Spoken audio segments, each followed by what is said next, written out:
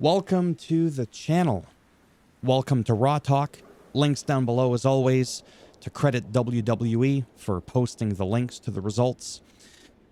God, I am so busy. I was going to do this much earlier, but if I can vent for a moment, I almost didn't even want to bother making this video.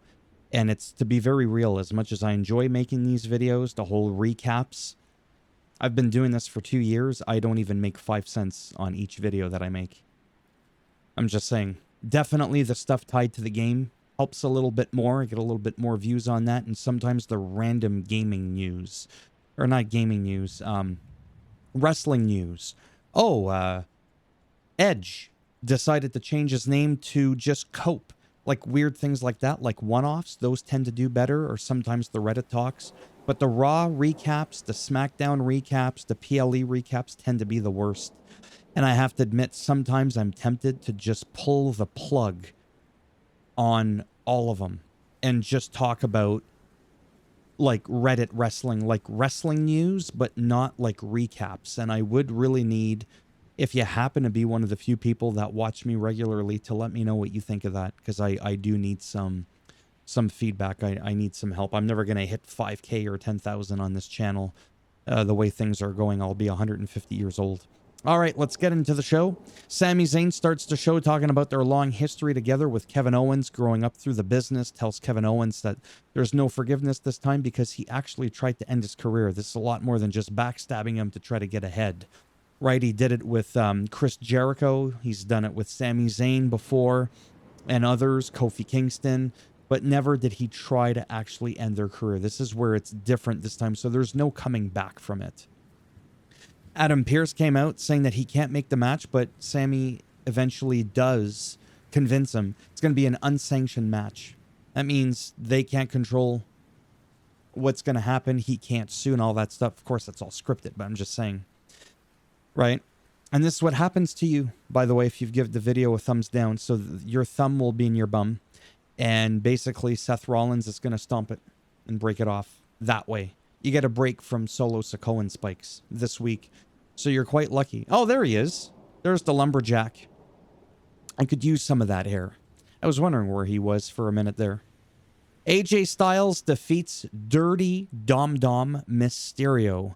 And then Braun Breaker goes to spear AJ at the end of the match, but tagged Dom instead because AJ moved out of the way. The crowd really behind Breaker because he's one of the only heels, one of the only people I know that can do this shit and still gets the hoo chance, right? And I could have sworn, as I marked in my notes, I could have sworn, I had to actually replay it a couple of times. I thought I saw Dom warn AJ, and I don't know, maybe it's just wishful thinking, but I could have sworn that he did that and basically sacrificed himself. But I don't think that that's what happened. It's just maybe what I wanted to happen. This was good. I don't have much to say about this, but I got to admit, the whole like raising the title thing, it's so, it's cringe. Once in a while, it's okay, but the whole like, I got the belt, I'm better than you. No, that's not necessarily what it means. Dakota Kai defeats Ivy Niles. Enjoyed the match. That sunset flip backbreaker from Dakota was really, really wild. So she'll pull off these moves time and time again.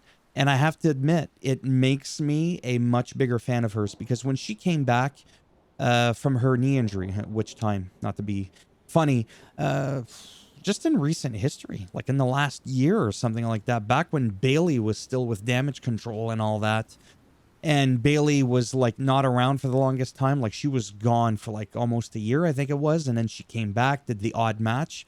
To be perfectly blunt, I thought she actually sucked worse than Maxine Dupree.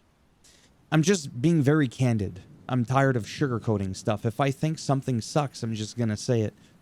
And now that I've been watching her, like in just I don't know, last 6 months, whatever it's been, wow. I feel like this is Dakota Kai 2.0. I really, really do, because I'm like, where did you get that? Where's the bag of tricks? Because it was not around before, and all of a sudden you're doing some moves I've never even seen before, and you're executing them so well. It is unbelievable. Was it maybe just her knee injury that was holding her back from doing some of those funky moves? I don't know. But definitely makes me a much more believable, makes her more believable in my mind. So I wanted to throw that in there. Huge kudos to her for that. Gunther came out, Jey Uso style, asking for the yeet so he could feel what Jey Uso feels. And then he was getting in Pat's face saying, do you think Jey Uso can beat me at Mania? And then Pat McAfee started talking, well, a little smack, I suppose. Gunther takes off his little jacket, and that's when Jey Uso came out and started laying an ass whooping. There was a small little brawl, but of course, in the beginning, the security was actually preventing Jey Uso from potentially going to help Pat McAfee from getting his ass kicked. But right now, it doesn't look like he's kicking anyone's ass. No socks with those little slip-on shoes. That really looks like it's got to be uncomfortable. I could see Seth Rollins pulling something off like this, but no. Not Gunther. Penta defeats Pete Dunne. Ludwig Kaiser distraction on them both. The both of them don't like Kaiser, and Kaiser doesn't like either of them. They are good for sure. Who's they are good? Oh, the two of them. Yeah, it was a nice match. Kaiser attacks Penta post-match, and then Pete Dunne pulled him from underneath the ring because Pete wants to keep Kaiser out of his business. And I had something I wanted to say, and I forget what it is. Oh, because it happened like 2 weeks in a row in the beginning where Jackie would get in the ring and like do like a long interview with Penta. There was that moment where the camera like zoomed out and we were just looking at Penta, and there was like a pause for like a solid 5 or 10 seconds. And all I could think about, not to be rude, and it's going to sound really, really nasty, is, for fuck's sakes, tell me Jackie's not going in there again to interview him for 5 minutes and just listening to him scream. I like him, but his style of talking, I'm like, bitch, just give me Rey Mysterio. But I like Penta. Maybe I'm just trying to be a little spicy on the microphone so I could be a little bit more edgy and heel-like on the microphone for these recaps. Maybe that's what I need to do. Maybe I need to go Jesse the Body Ventura on this bitch. Okay? No, I just want to be myself. Yeah, so Pete Dunne. No, not Pete Dunne. Kaiser. I knew there was somebody in here I wanted to talk about Kaiser. Are they still representing Imperium? I feel like I'm not really hearing representing Imperium. And now that Giovanni Vinci is gone, I just feel like a two-man stable is kind of weird. Usually it's 3 or more. Whatever. They should have just kept Giovanni, honestly. Roxanne Perez defeats... Oh, I read Roxanne Perez defeats, and then I looked up Pete... What? She defeats Raquel. She now qualifies for the Elimination Chamber. I mean, yeah, she's good. Raquel wasn't as bad as I thought. She's not as awkward as some people make her out to be. Bianca and Naomi came out to attack Liv, which caused some distractions, and then Roxanne Perez was able to capitalize on that. What I'm wondering, and this is like way off topic, but it has to do with Roxanne Perez. She's from NXT, right? Isn't she the one that sometimes is seen backstage with CM Punk? And people are always giving CM Punk, not necessarily a hard time, but they're always questioning the motive. It's like, bitch, she looked up to him. There's nothing weird going on. And she's like basically meeting her hero. And people are always trying to make something weird out of it. He's got a weird look on his face, but never mind that. So I just thought I would mention that. We're ahead of schedule here. Am I already almost done? The LWO... Yeah, that's right. Which I feel aren't really featured all that much. They interrupted New Day's in-ring promo, which, to be honest with you, is shit. I really do not like New Day as heels. I don't like it. This all had to do with the fact that New Day attacked Rey Mysterio and busted up his ankle. I'm not saying they broke it, but they really did attack it. When it comes to the whole like LWO and the whole thing, and it's not that I don't like them. I actually do like the LWO. Joaquin and I almost called him Joaquin Phoenix. No, that's the actor. Joaquin Wilde and the other one. I know that sounds bad. Oh, the other guy. But you know what? let's take a minute. Cruz Del Toro and Joaquin Wilde. There we go. Them two. Now, Dragon Lee, I love. He is so good. But these other two, you know, they're good. I think what happens to me sometimes psychologically is I'll get into someone, I'll invest into them emotionally, and then you just don't really see them do anything. And then, like, your passion for them is just kind of like, oh yeah, those good old boys that just, you know, didn't go naughty on Rey Mysterio and stood by his side. They're the good guys, the LWO. And I'm just like, right now I'm a lot more invested in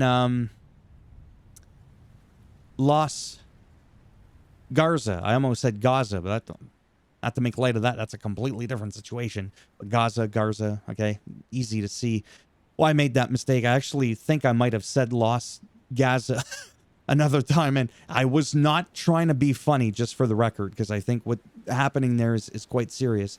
But because it's just one letter difference, I have slipped up a couple times. So if you do hear me in the future say that by accident, just know that I'm not trying to be edgy. It's a legitimate fumble on my part. Yeah, so I don't know if we're just going to see a feud from this, if it's going to go anywhere. I really just don't know. I don't even know if we're going to see Big E much anymore.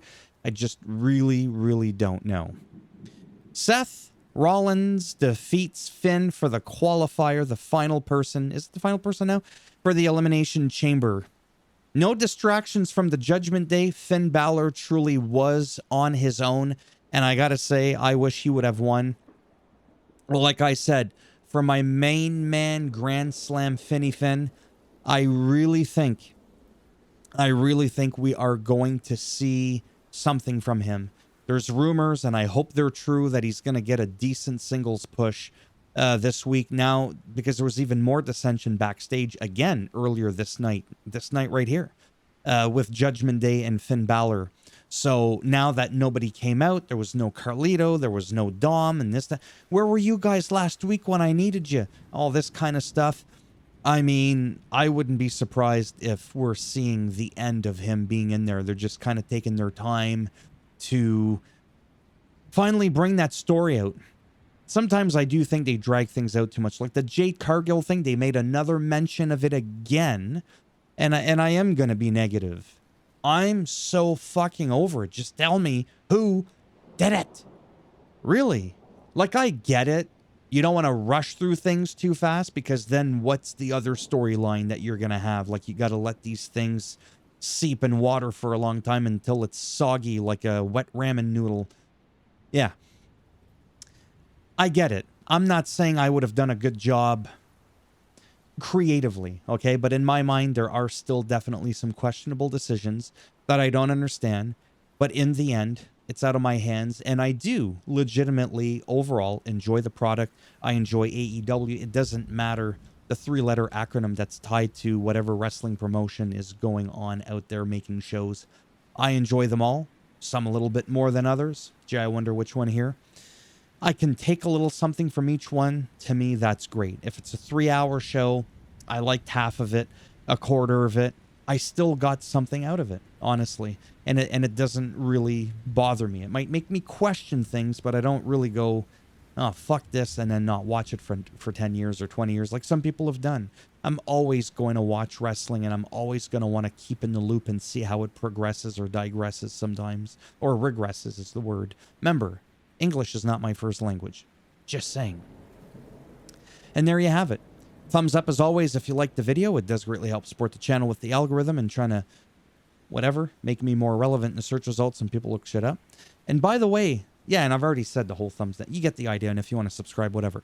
I want to talk to you about my microphone. I'm pretty much done now playing around, fucking around with the EQ and all this. I've got the pop filter, so when I say purple Barney bitch, it's not like really plosive, you know, with those words like the t, the p, the b. Those are called plosives, and that's why people have pop filters to help prevent the really booming, all that air that's just going boom, just blowing right in there.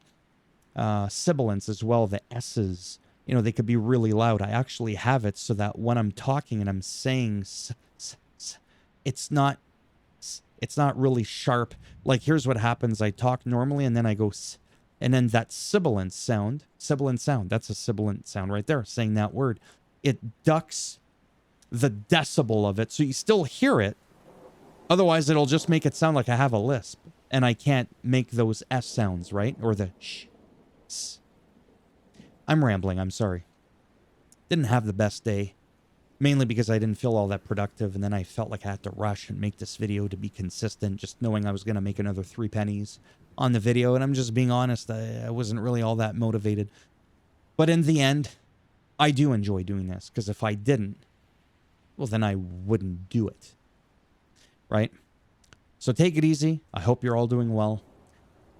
Take care, and if I'm lucky, maybe I'll see some of you in the next one. And man, I am dying. Like, we're just a few weeks away from 2K25. I'm probably just going to repeat some of the videos from last year to keep up with the pin sliders and all that stuff. And go from there. All right. Bye for now.